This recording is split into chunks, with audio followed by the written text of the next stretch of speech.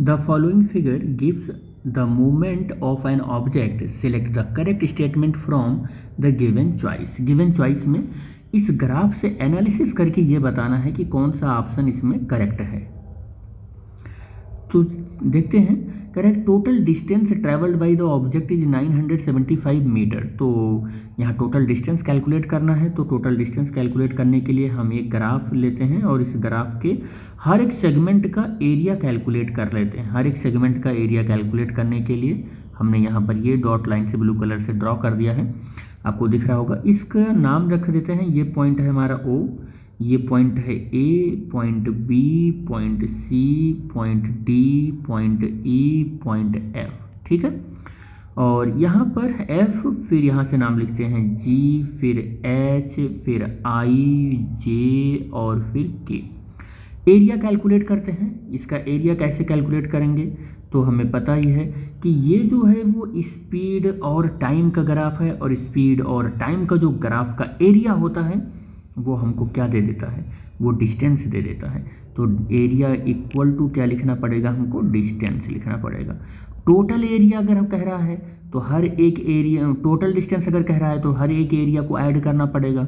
यानी कि मैं ये कह रहा हूँ कि ओ ट्रायंगल एरिया जो है, यहाँ मैं ऐसे लिख दे रहा हूँ, एरिया ऑफ ट्रायंगल और ओ ए जी, ये प्लस एरिया ऑफ रेक्टेंगल।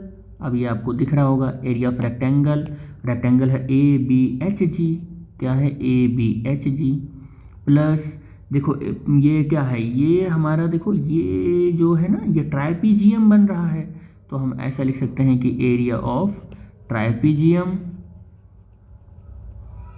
और ये है एच बी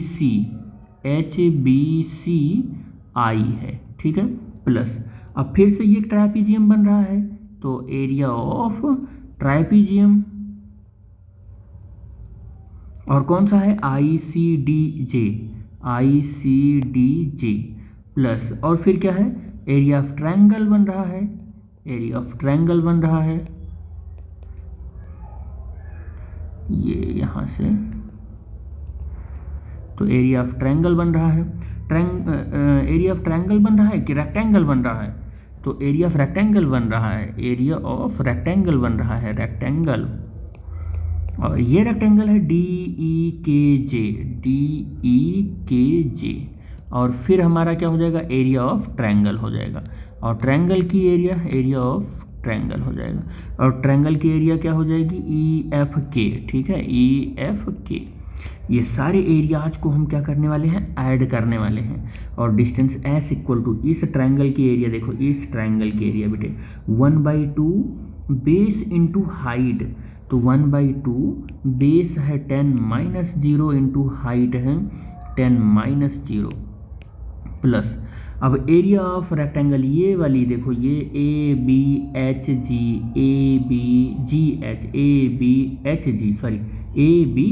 जी, तो बेस इंटू हाइट ये होता है, तो बेस है 15-10 और हाइट कितनी है 10-0, ठीक है, प्लस अब यहाँ पर देखो, यहाँ पर चलो, ये ट्राइपीजियम है। ट्राइपीजियम क्या कहता है कि sum of the parallel side, तो 1/2 sum of the parallel side b h, ये है हो गई एक साइड बी एच, और सी आई, तो बी एच कितना है 10 है, और सी आई कितना है, सी आई 40 है, कितना है 40 है, और into sum of the parallel side हो गया। अब इन दोनों पैरेलल साइड के बीच का परपेंडिकुलर डिस्टेंस, इन दोनों पैरेलल साइड के बीच का परपेंडिकुलर डिस्टेंस यानी एच आई, तो एच आई कितना है 25-15, कितना है 25-15, ऐसे लिख लेते हैं, प्लस इस ट्राइपीजियम की हाइट, यहाँ पर देखो इसकी हाइट, तो हाइट होता है 1/2 और सम ऑफ द पैरेलल साइड का सम, यानी कि सी आई कितना है 40, और ये कितना है डी जे कितना है, डी जे 20,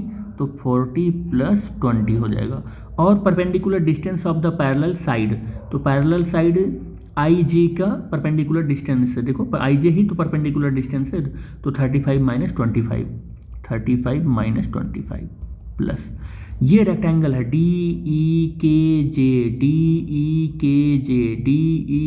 जे, ये रेक्टेंगल होता है लेंथ इंटू ब्रेथ, लेंथ इसकी कितनी है 45 - 35 और इनटू इंटू इसका देख लो ये 20 माइनस 0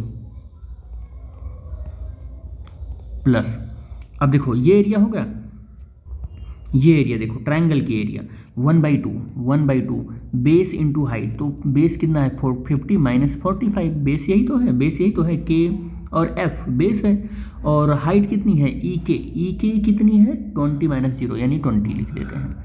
अब इसकी एरिया कैसे कैलकुलेट करोगे, देखो 1/2 हो जाएगा, ये 10 हो जाएगा, इंटू 10 हो जाएगा, 15 माइनस 10 हो जाएगा 5, कितना हो जाएगा 5, और 10 माइनस 0 हो जाएगा 10, प्लस देखो यहाँ 1/2 और 10 और 40 कितना हो जाएगा 50, फिर 25 और माइनस 15 कितना हो जाएगा 10, यहाँ पर 1/2 और 40 माइनस प्लस 20 कितना हो जाएगा 60, और यहाँ 35 और 25 ये कितना हो जाएगा 10, और 45 और 35 कितना हो जाएगा 10, और यहाँ पर 20 हो जाएगा प्लस 1/2, और ये कितना हो जाएगा 5 और इंटू 20, सॉल्व कर लो, ये हो जाएगा 5, ये हो जाएगा 25, ये हो जाएगा 30, और ये हो जाएगा, इसको मत काटो भाई, ये हो जाएगा 10, ठीक है। तो ये 50 हो जाएगा, ये 50 हो जाएगा, ये 250 हो जाएगा, मल्टीप्लाई कर रहे हैं बेटे इन सब वैल्यूज का, और प्लस ये कितना हो जाएगा 300 हो जाएगा बेटे, ये 200 हो जाएगा, प्लस यहाँ तक आ चुके हैं अभी, और ये कितना हो जाएगा 50 हो जाएगा। सारा हमने क्या कर लिया, इसको ऐड किया यहाँ लिखा, मल्टीप्लाई किया, इसको मल्टीप्लाई यहाँ लिखा, इसका मल्टीप्लाई 250 हो गया, इसका मल्टीप्लाई 300 हो गया, इसका मल्टीप्लाई 200 हो गया, इसका मल्टीप्लाई 50 हो गया, ठीक। अब इन सब को ऐड करें तो 50 50 100 हो गया, और ये 350 हो गया, और 650 हो गया, 850 हो गया, और ये 900 हो गया, कितना हो गया 900 मीटर हो जाएगा। काटा नहीं है मैंने, ये ऐड कर किया है, नहीं तो आप समझो काट दिया है, इसको कैंसिल किया है। तो देख लो एक बार कितना है 975, तो ये आ रहा है 50, तो इस तरीके से ये 975 आ रहा है बेटे, और अपना आ रहा है 900। तो अभी तो इस तरीके से ऑप्शन नंबर ए जो है वो गलत हो चुका है। अब हमें नेक्स्ट ऑप्शन चेक करना है, maximum acceleration of the object is 2 metre पर सेकेंड। तो हर एक स्लोप का एक्सेलरेशन कैलकुलेट करो। यहाँ का एक्सेलरेशन सपोज कर लेते हैं a1, यहाँ का एक्सेलरेशन a2, यहाँ का एक्सेलरेशन a3, a4 और a5 क्या हो जाएगा एक्सेलरेशन ऐसे a5, और यहाँ पर a6। हर एक जगह का एक्सेलरेशन चेक करते हैं। एक्सेलरेशन होता क्या है, change in velocity upon the time. तो अगर मैं a1 कैलकुलेट करूँ तो वेलोसिटी का चेंज किधर हो रहा है, वो 10 माइनस 0 यानी कि 10 हो रहा है। a1 के लिए कह रहा हूँ बेटे, a1 के लिए, और टाइम कितना है 10 है, तो ये एक्सेलरेशन 1 मीटर पर सेकेंड स्क्वायर है। a2 चेक करूँ तो जब कभी भी speed time graph, velocity time graph time axis के पैरेलल मिलता है तो उसका स्लोप 0 होने की वजह से एक्सेलरेशन भी 0 हो जाता है। a3 कैलकुलेट करूं तो ये स्लोप कितना है BC है, तो BC का मतलब 40 और a10, तो 40 माइनस 10 कितना हो जाएगा 30 हो जाएगा, और टाइम कितना लग रहा है 25 माइनस 15 इक्वल टू 10 हो जाएगा, और यहाँ 3 मीटर पर सेकेंड स्क्वायर हो जाएगा, ठीक है। और अब मैं यहाँ से a2 तक हो गया। a4 अगर चेक करूँ तो a4 देखो क्या है कि ये आ रहा है 20 और कहाँ से चल रहा है ये 40, तो 20 माइनस 40 अपॉन टाइम कितना है 35 माइनस 25 यानी कि 10, तो ये हो जाएगा माइनस 20/10 यानी कि -2 मीटर पर सेकेंड स्क्वायर का एक्सेलरेशन आ जाएगा। तो a5 अगर देखूँ तो फिर से स्पीड टाइम ग्राफ अगर पैरेलल हो टू द टाइम एक्सिस, या वेलोसिटी टाइम ग्राफ के पैरेलल हो वो टाइम एक्सिस के, तो एक्सेलरेशन 0 होता है बिकॉज ऑफ स्लोप उनका 0 होता है। तो a6 अगर मैं कैलकुलेट करूं तो अगेन यहाँ पर हमको क्या मिलेगा, फाइनल वेलोसिटी 0 मिलेगी, इनिशियल वेलोसिटी हमको 20 मिल जाएगा, और अपॉन टाइम जो है वो 50 माइनस 45 यानी कि कितना हो जाएगा ये 5 मिलेगा। तो ये 50 माइनस 45, तो ये -4 मीटर पर सेकेंड स्क्वायर मिलेगा, ठीक है, रिटार्डेशन मिलेगा हमको।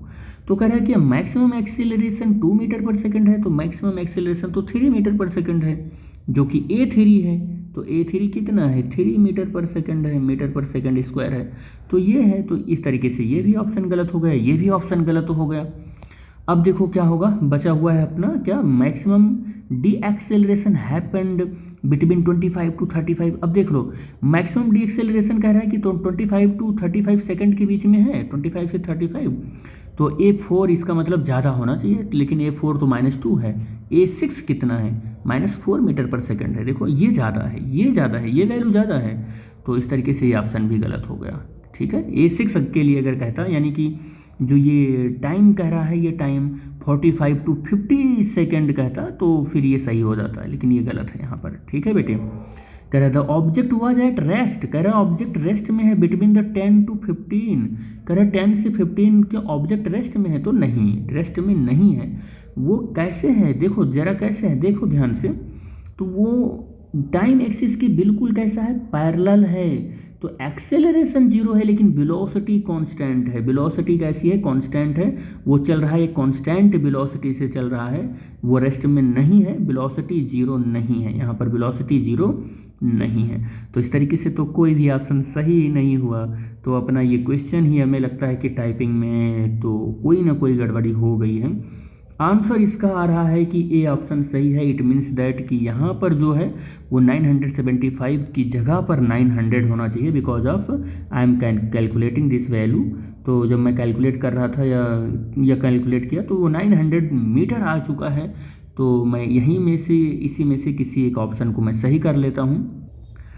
तो इस तरीके से जब ये 900 मैंने कर दिया तो ये इसका जो ऑप्शन है वो ऑप्शन नंबर ए जो है वो करेक्ट हो जाएगा, ऑप्शन नंबर ए, लेकिन यहाँ 900 होना पड़ेगा बेटे। ठीक है, तो हो सकता है कि ये टाइपिंग में मिस्टेक हुआ हो, तो ये 900 ही आ जाएगा इसका ऑप्शन नंबर ए। अब अगर हमने ऑप्शन नंबर ए करेक्ट किया अगर 900 लिखकर, ऐसा हम यहाँ भी करेक्ट कर सकते थे कि मैक्सिमम एक्सीलरेशन हम 3 भी लिख कर इसको करेक्ट कर सकते थे। तो कहीं ना कहीं ये वैल्यूज इधर उधर डाइविएट हुई हैं, आपको अपना करेक्ट अप्रोच लेना है। ठीक है बेटे।